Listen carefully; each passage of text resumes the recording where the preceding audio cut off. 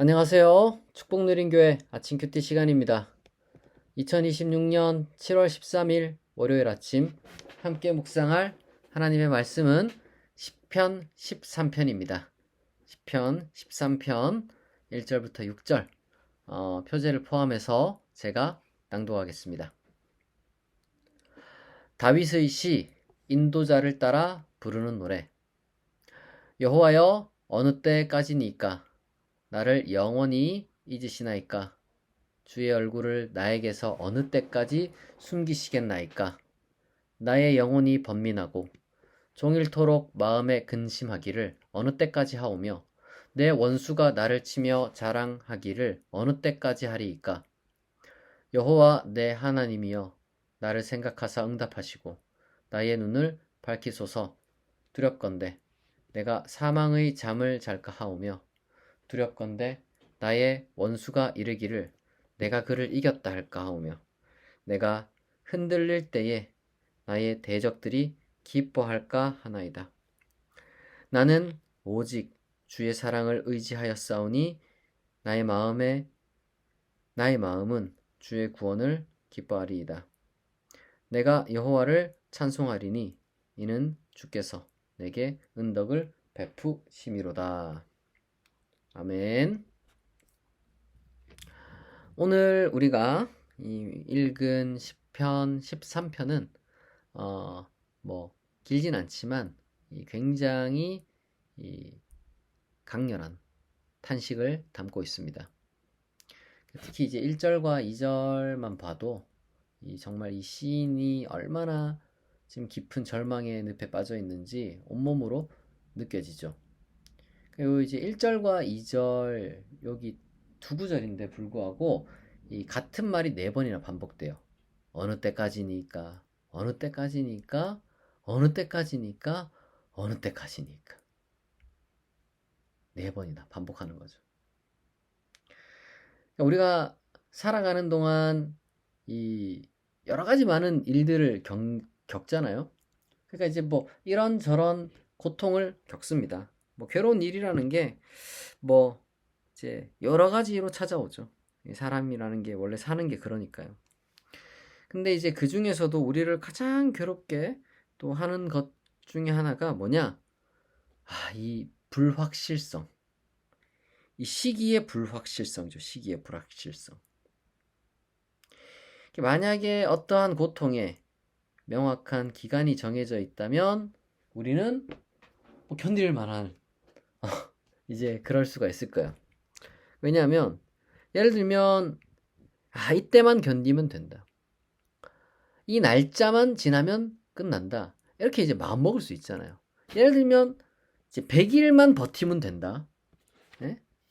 1년만 버티면 된다. 아니면 뭐 길더라도 뭐 한 3년만 버티면 된다. 네?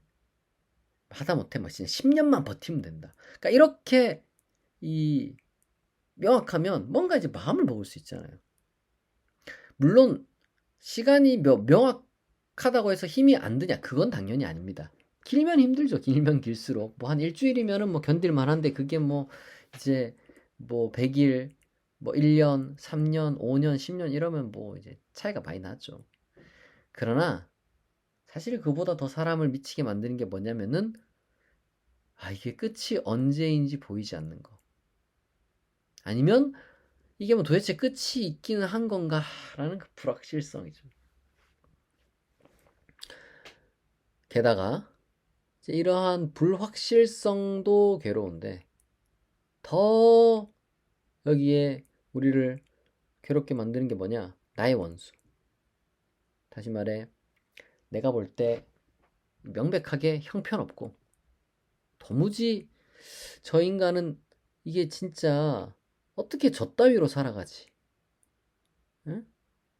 이 하나님께서 원하시는 삶과는 아무 상관없이 살아가는 것 같은 그런 사람이 나를 혹은 나와 같은 처지에 있는 사람들을 향해서 틀렸다, 패배했다, 실패했다 라고 말하면 정말 이거는 사람 미치게 만드는 거예요.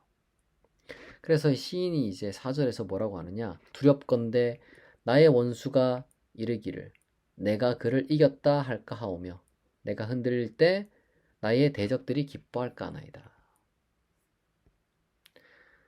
뭐 이런 사람들 많죠. 근데 사실 예전에는 뭐 이런 사람들이 있다 할지라도 뭐 주변에 있을지라도 뭐 안 보면 그만이고 뭐 직장 동료나 상사나 뭐 후배라도 뭐 그런 사람이 뭐 언제나 있겠지만 그냥 일에만 집중하면 됐잖아요. 뭐 물리적으로 거리를 두고 뭐 그러면 이제 피할 수가 있었는데 요즘은 스마트폰 시대잖아요. SNS, 온라인 커뮤니티, 유튜브.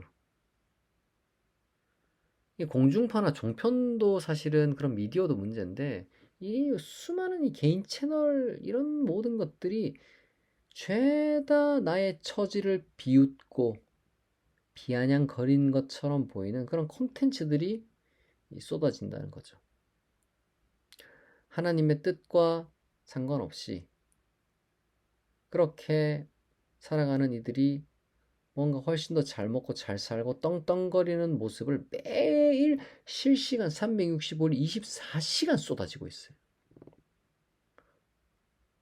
믿음을 지키고 성실하고 정직하게 살아가는 나를 향해서 나한테 하는 얘기는 아니겠지만 직접적으로 근데 이제 그 메시지들이 너가 틀렸다, 너가 패배했다, 너가 실패했다고 끊임없이 조롱하는 어떤 그러한 그 컨텐츠들이 이게 막 쉼없이 쏟아지고 있는 세상이란 말이에요.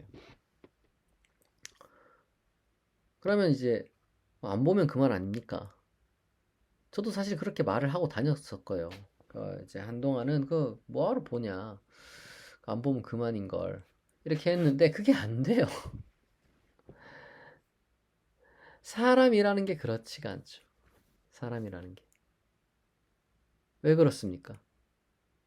그 스마트폰 켜면은 재밌는 게 많잖아요.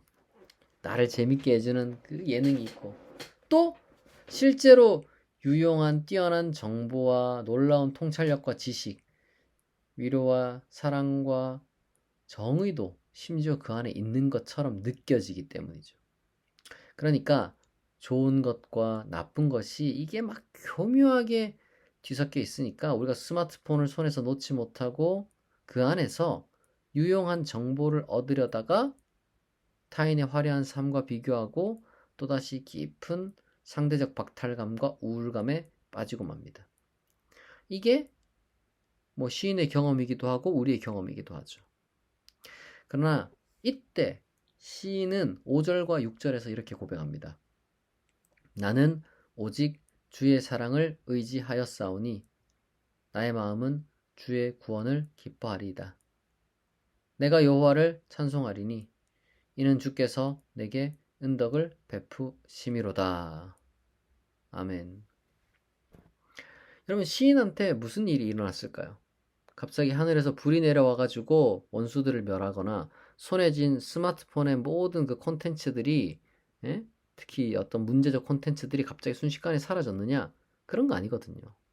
현실이 바뀐 건 아니에요. 여전히 원소들은 떵떵거리고 이 고통이 언제 끝날지도 모르고 그 상황 그대로란 말이에요. 하나님이 갑자기 내려와서 너 이때까지야 이렇게 말씀해 주는 게 아니란 말이죠. 그럼 뭐가 바뀌었냐? 시인의 마음이 바뀐 거죠. 지금까지 시인은 끝이 보이지 않는 불확실한 어떤 환경 혹은 뭐 나를 비아냥거리는 원수들 그리고 그로 인해서 끊임없이 비교하고 번민하는 내 마음의 근심에만 머물러 있었어요. 그러니까 막 탄식 이런 거밖에 안 나오는 거죠. 여러분 세상의 그런 알고리즘은 수천 수만 가지의 정보로 우리를 복잡하게 만들고 낙심하게 하지만 이 시인처럼 하나님께 집중하니까 마음의 쇄신이 일어나고 평안이 찾아오고 찬양이 나오게 되는 거예요. 여러분 하나님의 그 음성 혹은 하나님 내게 주신 메시지는 사실 되게 단순하거든요.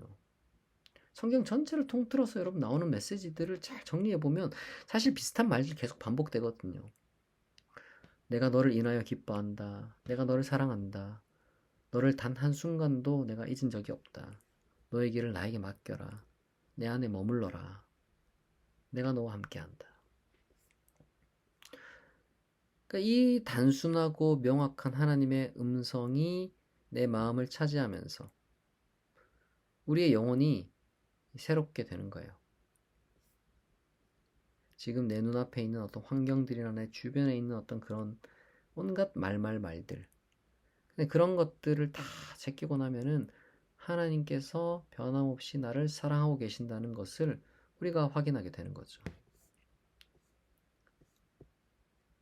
그래서 저는 여러분들이 정말 뻔한 소리지만 성경도 잘 읽고 기도도 하고 그렇게 정말 여러분들이 경건한 생활을 이제 규칙적으로 이어나가길 바랍니다. 왜냐하면 우리는 눈만 뜨면 온갖 세상의 그런 소음들에 노출되거든요. 심지어 스마트폰으로 인해서 더 그렇거든요.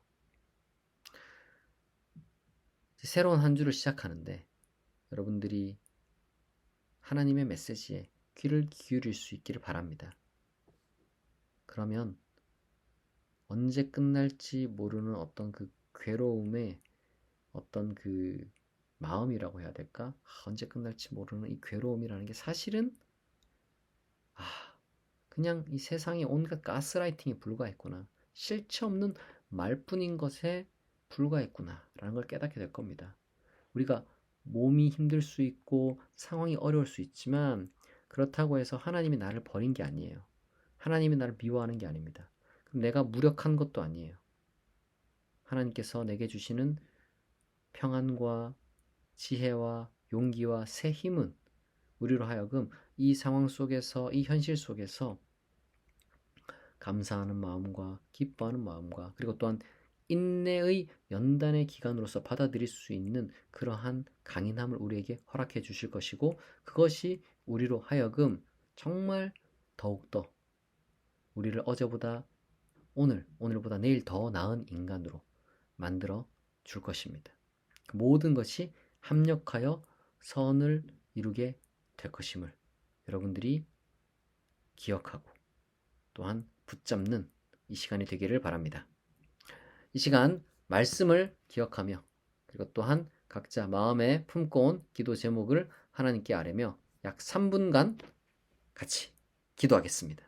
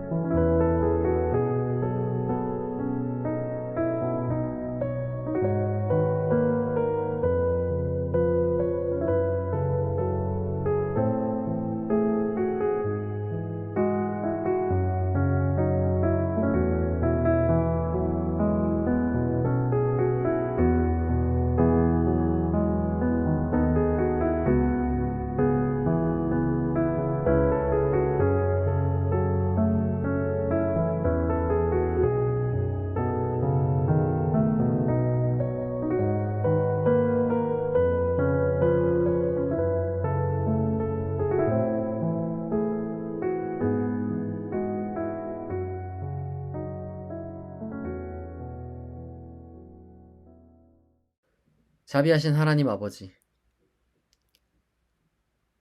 인생의 불확실성과 우리를 비웃는 세상의 소음 속에서 어느 때까지니까 탄식했던 시인의 고백이 우리의 마음이었음을 고백합니다. 이 아침 우리를 긍휼히 여겨주시고 우리의 눈을 다시 밝혀 주시옵소서.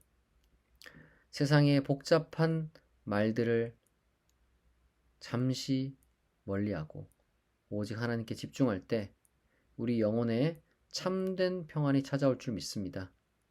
상황이 어려울지라도 현실이 버거울지라도 하나님은 우리를 버리지도 떠나지도 않으셨음을 우리가 확신하게 하시고 이 모든 시간들을 우리가 잘 감당할 수 있도록 하나님께서 새 힘을 허락하여 주시옵소서.